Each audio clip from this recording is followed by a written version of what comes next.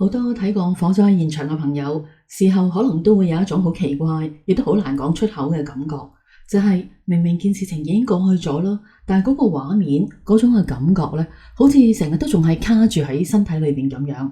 你個腦袋、你個理智話俾你聽冇事噶啦，都結束咗噶啦，但你個身體又好似一路都有自己嘅記憶，好似係一個不受控嘅警報器一樣，時不時咧就會自己諗起嚟。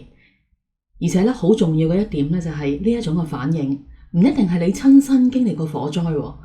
作為一個旁觀者，睇到嗰個嘅畫面，你嘅身體咧可能就已經啟動咗同樣嘅創傷反應。所以如果你有呢一種感覺，請你一定要知道，你唔係一個人。呢個其實係一個好普遍嘅現象。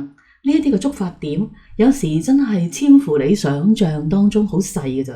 可能只係唔小心行過嗰條街，或者喺屋企裏邊咧聞到一陣陣嗰啲嘅燒焦咗嘅味，甚至係咧樓下突然有一個好大嘅聲響。呢啲睇起嚟咧好似都冇乜大不了，但可能會係一瞬間咧就將你嘅身體咧拉翻去嗰一個咧好高度緊張嘅狀態。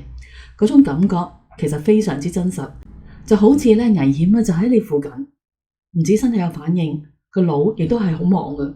可能咧，你會開始不受控咁樣喺腦裏邊咧一片又一片咁演練。如果真係有火災嘅話咧，我可以點樣做咧？點樣逃生咧？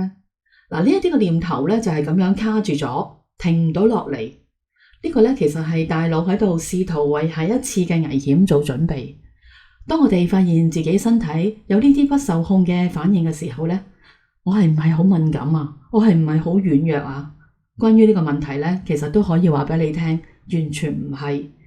嗱，我哋換個角度嚟講啊，呢一啲令你覺得唔舒服嘅反應，其實並唔係你嘅弱點，正好相反，佢係你嘅身體一套非常之強大，只係有一啲啲被誤導咗嘅保護機制正在運作。